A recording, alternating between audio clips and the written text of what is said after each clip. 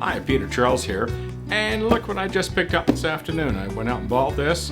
It's the Fujifilm 16 to 55 f2.8, the new version, the lighter version, the smaller version, the nicer version. So we're going to get this unboxed and have a look at it.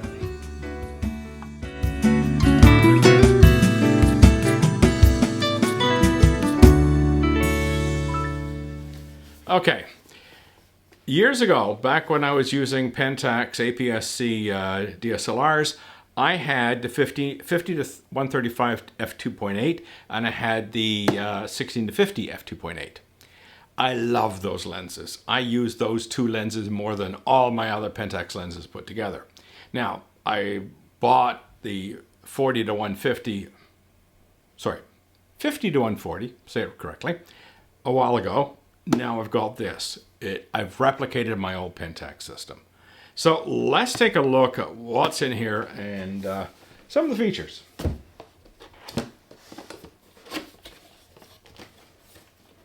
Well, we got the usual cleaning cloth, the usual manual.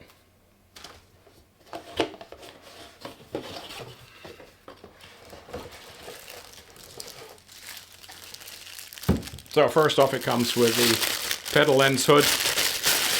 And this is 72 millimeter lens for the filter size. And in the older version, it was 77. So that makes it a little easier, a tad cheaper. And you probably have some 72s laying around. I do. I've got a 72 downstairs, which is going on here, which is nice. 77 is not as common. So, you know, the first thing you know, as soon as you pick it up, it's lighter. This is not a tank. It's not a light lens. I mean, I've got the 16 to 50 that's sitting on my XS20 right now that's filming this video. A lot lighter than this, and it's smaller too. But still, for an f2.8 lens, this is not heavy. And it's weather sealed. It has linear motors. One of the things I like about it is you've got a clickless aperture ring. So if you're using your aperture ring with video, that's really nice. You can put the click on or off, and you also have the lock for the aperture ring. Fujifilm is starting to do this with some of their newer lenses. This is really a really good idea, because I've done this by accident myself. I've gone into auto aperture by mistake. I cranked the ring all the way over and didn't realize it, and I've gone into automatic. So with this, you can turn the auto off. You push the button down, and now you can move the aperture ring. And I'll put the click on. There we go. There's the click. Come on, fingernails, do the job. There we go. No click. So if you are shooting video with this lens, you can have a clickless aperture. The throw is quite short, but as you can see, it is not internal zooming. So it does extend when you zoom. The 16 to 50 I've got on right now that's filming this is internal focusing, so it does not extend. That would have been a nice to have, but it probably would have made it a lot longer. So, you know, we'll live with that. But it's a very short throw and it's smooth. Which means if you are zooming while shooting video, it's not going to be a big deal to go from very wide to short telephoto, and you're not cranking like you can with some lenses. So that's cool too. So you've got, you know, your standard lens cap, your standard end cap, and it feels solid, but it's a lot lighter than the old one.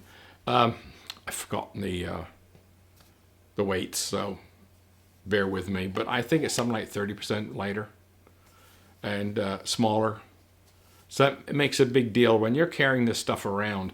I mean, the bag this is going in has my XH2, my 150 to 600, and the 50 to 140. Every gram counts. When you got that much weight on your back and you're 73 years old, it matters, all right? Okay, if I was 20, I wouldn't give a damn, but I do now. Anyway, so there is the lens. There's nothing else in the box, so the box is empty. And we're going to get some test shots on this. I'm especially going to be looking for, focus breathing, for zoom, and sorry, I'm going to check the parfocal length. I know this lens is not parfocal, but I will see how far off it goes off. And also I will see for focus breathing to see if we get any movement there. Let's see what kind of video lens this is. Obviously, it's going to be a very good still lens. I mean, it's blindingly obvious. Fujifilm doesn't turn out lenses of this caliber. This is a red badge lens. You can be sure optically it's going to be fantastic. But I can't wait to use it along with my 50 to 140. It's going to be a wonderful stablemate. And, it'll cover all the things I used to do with my old Pentax gear, which makes me very happy. So there we go. There's my 16 to 55 f2.8. Just bought it this afternoon. And yes, I pay full price for my stuff. I'm not pro staff. I don't get deals. I have to pay full freight for everything. So there you go. And if you're interested, stay tuned. I will have some results from this lens in the next few months. I'm in Canada. The weather's going to crap.